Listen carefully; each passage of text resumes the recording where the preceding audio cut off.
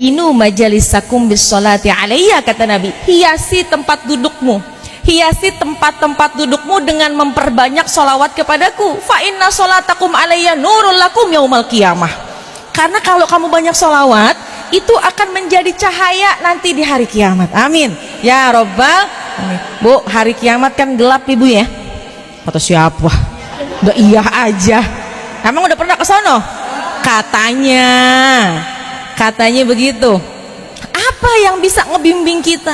Apa yang bisa menerangi kita? Kita kagak bawa lampu, kita kagak bawa petromak, kita kagak bawa HP yang ada senternya. Tapi apa yang membimbing kita bisa melewati jembatan Sirat? Apa yang membimbing kita bisa melewati nanti di hari kiamat?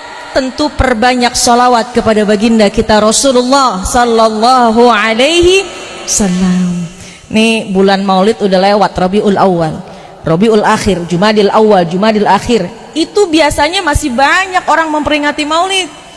Dan saya yakin ini bukan Maulid yang pertama buat ibu. Tahun lalu juga datang, tahun lalu juga datang.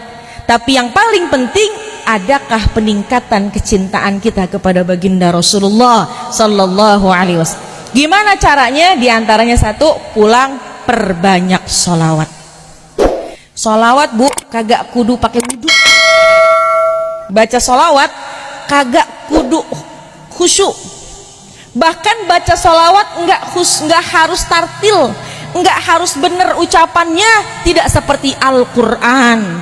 Kalau Al-Quran jelas tahsinnya, makhraj hurufnya, tajwidnya itu kudu ada. Tapi kalau sholawat, asalkan niatnya bener, pengen nyampein sholawat kepada baginda Rasulullah sallallahu alaihi wasallam. Bu, kan kadang-kadang sholawat itu lantangnya kita mengucap tergantung gigi ibu ya. Betul apa kagak? Kalau giginya masih penuh, giginya masih utuh, tartil kalau baca Quran. Sholawatnya juga rapi. Allahumma sholli ala, Allahnya sampai tasdidnya sampai kencang banget.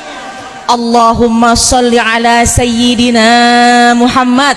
Tuh giginya yang masih komplit. Kalau yang giginya udah mulai banyak kurang, kira-kira bagaimana suaranya? Allahumma sholli ala sayyidina. Tuh kira-kira yang bacaan begitu nyampe nggak sama baginda Rasul? Nyampe. Apapun yang kita lafadzkan, bagaimana bentuk lafadz kita, tujuan kita untuk bersalawat kepada baginda Rasul, nyampe biiznillah. Ada sahabat yang bertanya, ya Rasulullah, itu kan banyak banget fadilah keutamaan tentang salawat. Yang saya mau tanya, kata sahabat, apakah yang dapat itu adalah orang yang khusyuk kalau salawat kepadamu? Apa jawaban dari baginda Rasulullah sallallahu alaihi wasallam? La bal likulli ghafilin. Tidak, akan tetapi orang yang lalai, orang yang hatinya kemana-mana, orang yang hatinya kagak khusyuk, orang yang lagi mikirin apa-apaan, meskipun dia mikirin kemana-mana tapi lisannya bersalawat, sampai kepadaku dan dia mendapatkan keutamaan dari salawat. Amin ya Rabbal. Jadi bu, biar kata hati gelisah, hati lagi mikirin kontrakan, hati lagi kemana-mana, tapi kalau lisan bersalawat, insya Allah ini juga nyatuin kita kepada baginda Rasulullah sallallahu alaihi wasallam. Ciri supaya kita menjadi hamba Allah yang bertakwa. Apa tuh di situ? Yang pertama, di ayat yang ke-16, alladzina yaquluna rabbana innana amanna faghfir lana dzunubana wa qina azabannar. Satu, kita kan mau ngomongin 6 nih, takwa. Pulang sholawat saya yakin ibu ngantongin banyak banget nih. Kalau pulang nih mudah-mudahan takwanya juga ngantongin juga nih. Yang pertama ada di dalam ayat yang ke-16 surat Ali Imran. Siapa itu orang yang bertakwa? Orang yang membaca doa Rabbana,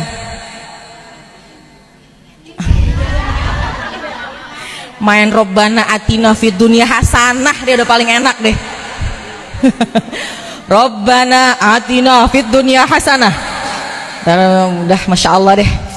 Rabbana innana amanna faghfir lana zunubana wa qina azabannar. Satu tanda orang takwa sering membaca doa yang itu. Itu doa yang ada dalam Al-Qur'an.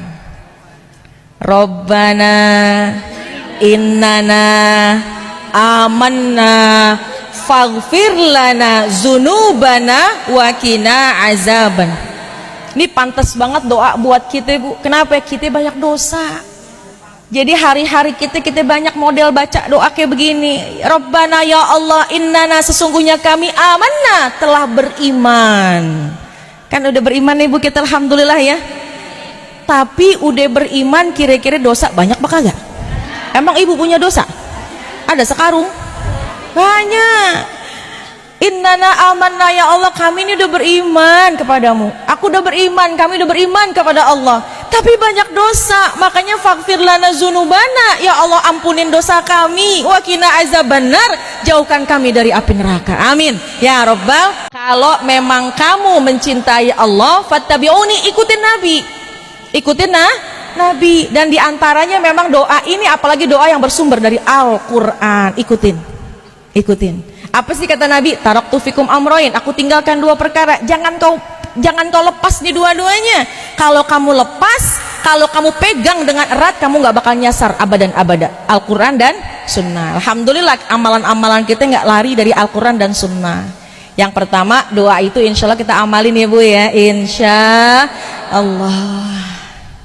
Doa kita sama Allah, ya Allah udah beriman tapi banyak banget dosa kami, ampunin ya Allah, jauhkan kami dari api neraka. Kapan bacanya? Cakep, bacanya pas habis sholat fardu insya Allah. Yang kedua, apa tanda takwa di ayat yang ke-17? Apa itu yang 17? As-sabirin. Nah, as-sabirin was-shadiqin. Nah, kita bahas dulu as-sabirin. Yang kedua, kalau pengen tambah takwa, yaitu banyakin sabarnya. Bu, banyakin sabar. Bu, banyakin sabar. Bu, banyakin sabar ya Bu ya. Banyakin sabar ya Bu ya. Bu, sabar ya banyakin. Ini biasanya orang yang begini-begini nih, Masya Allah, nggak boleh salah dikit. Apalagi dari ujung bulan. Kalau awal bulan senyumnya masih sumringah, nggak ada marahnya, gembira. Tengah bulan kurang dikit senyumnya, marahnya udah mulai tuh, hawa-hawa marahnya tuh.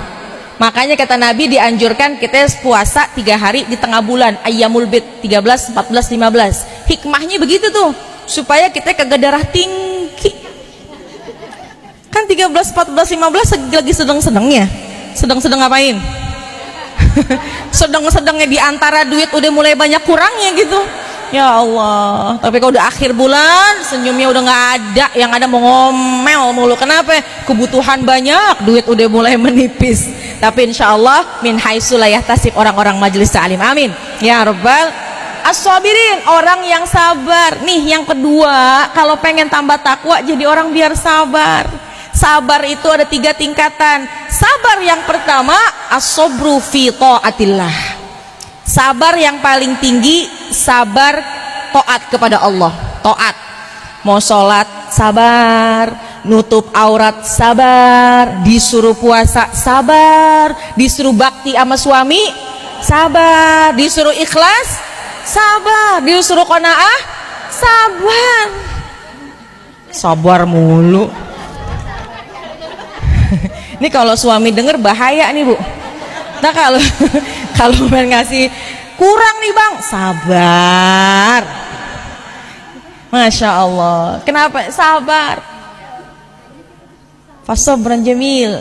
Sabar itu indah.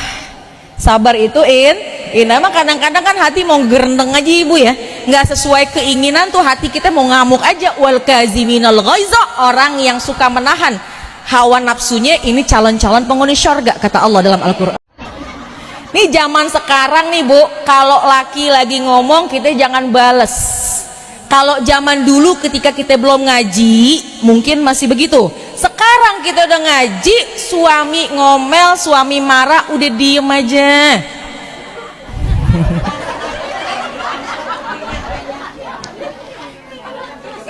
Kenapa? Panas kupingnya. Baca istighfar, baca sholawat. Kenapa? Dengan sholawat akan jadi cahaya dalam hati kita. Nih ibu bayangin kalau ada orang ngomel sama kita, kita ngomel balik, yang ada tuh yang dampingin kita bukan malaikat, tapi setan yang akan menjadi hawa nafsu. Tapi kalau seandainya ada yang ngomel sama kita diam aja dengan kita baca istighfar, kita baca sholawat, itu malaikat lagi ngademin hati kita. Nanti itu solusi bukan datang dari lisan kita, bukan datang dari diri kita, tapi solusi diturunkan oleh Allah Subhanahu wa ta'ala. Masya Allah bu. Makanya ntar pulang-pulang nih bu ya, kalau yang suaminya ngomel, kita baca istighfar. Gimana cara bacanya? Nih bacanya dalam hati aja bu, bacanya dalam hati, jangan dikeluarin. Takutnya kalau dikeluarin akhirnya suaranya lebih kencang daripada ngomelnya suami.